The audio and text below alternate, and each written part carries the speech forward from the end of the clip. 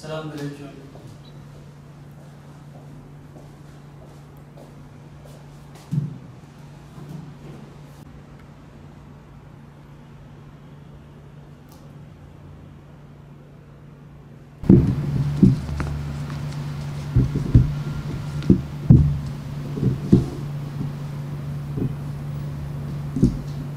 Bilindiği üzere yerel sorunları tespit ve çözüm için takip adlı bir proje başlatmış ve bu projemiz kapsamında merkez mahallelerimizdeki sorunların çözümü için girişimlerde bulunacağımızı ifade etmiştik. Hedefimiz her mahallemizle ilgili bir çalışma yapmaktır. Yaptığımız çalışmalarda mahallelerimizdeki sorunları tespit edip çözümün zamanında sağlanabilmesi için işin takipçisi oluyoruz. Bu doğrultuda hedefimize ulaşmak adına gayretlerimizi ve hizmetlerimizi sürdürüyoruz. Vatandaşlarımıza hizmet etmek siyaset anlayışımızın öncelikleri arasında yer almaktadır.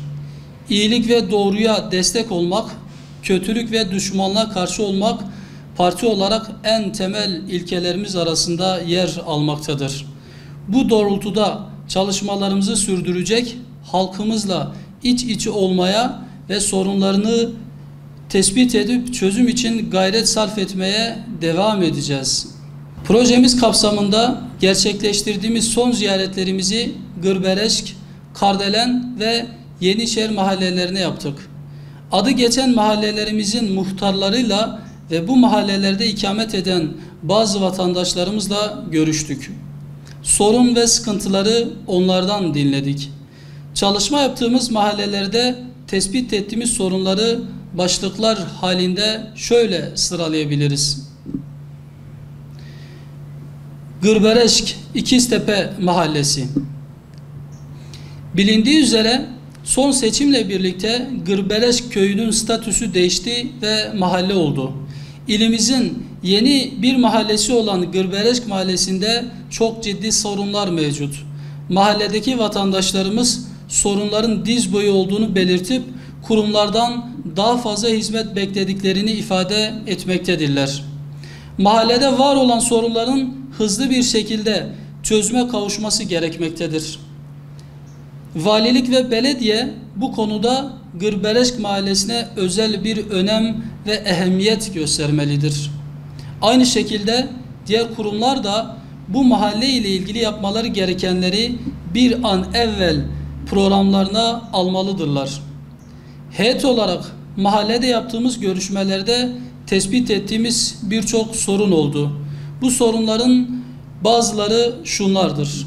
Mahalledeki önemli sorunların başında altyapı ve kanalizasyon sorunu gelmektedir.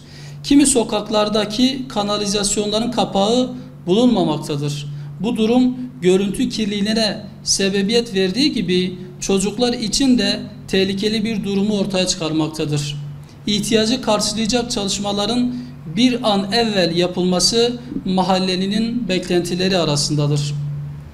Mahallede bir müddettir sabah 05 ile 08 saatleri arası elektrik kesilmektedir. Elektrik kesintisi sürekli olunca mağduriyetler yaşanmaktadır. İlgili kurum elektrik kesintilerine giderken halkı mağdur etmemeye özen göstermelidir. Çok bozuk ve dar olan cadde, sokak ve kaldırımlarla ilgili yeni düzenlemeler yapılmalıdır. Resmiyette yol olan bazı yerler amacı dışında kullanılmaktadır. Parklarda temizlik sorunlarının olduğu mahallede çöpler düzenli bir şekilde toplanmamaktadır. Mahallenin temizliği ve çöplerin düzenli bir şekilde toplanması konusunda belediye görevini yapmalıdır.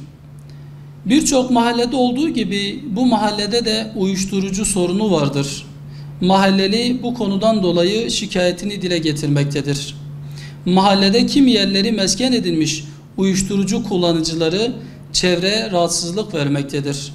Ne yazık ki okul önlerinde hatta cami bahçesinde kullanılan ve satışı yapılan uyuşturucu gençliği ve geleceği tehdit etmektedir. Yetkililer vatandaşlarımızın taleplerine kulak vererek mahalledeki uyuşturucu sorununa ivedilikle çare bulmalıdır. Mahalledeki vatandaşlarımız mahalle isminin değiştirilmesiyle ilgili de bir girişimde bulunduklarını, Gırbeleşk olan ismi El Medine olarak değiştirilmesi teklifini belediyenin ilgili birimlerine sunduklarını, ancak isim değişiklik tekliflerinin reddedildiğini de dile getirmektedirler.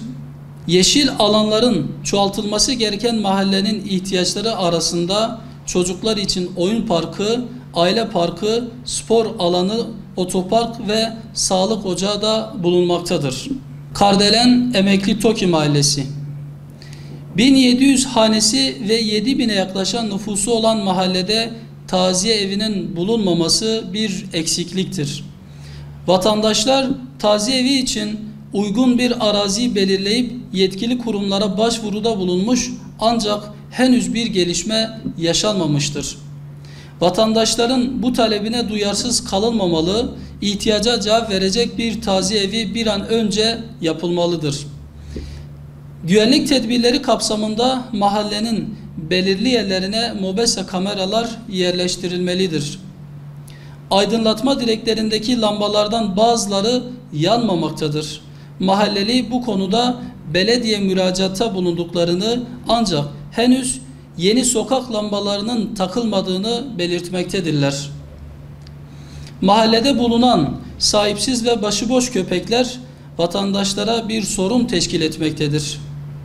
Gece boyunca havlayan sokak köpekleri mahalleliyi rahatsız etmekte, çocukları ise korkutmaktadır. Bu konuda gerekli tedbirlerin alınması vatandaşlarımızın beklentileri arasındadır.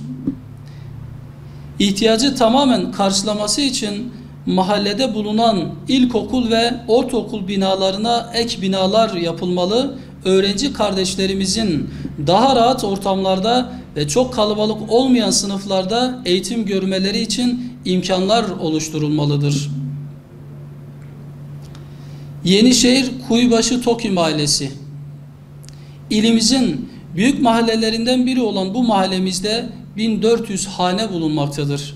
Nüfus yoğunluğu olduğu mahalledeki vatandaşlarımızın başlıca sorunu son zamanlarda artan hırsızlık olaylarıdır. Bunun için mahalleli, bekçilerin mahallelerinde de görev yapmasını istemektedirler. Mahallede görevlendirilecek bekçiler, hırsızlık olaylarının azalmasında önemli bir etken olacaklardır. Mahallede taziye evi bulunmamaktadır.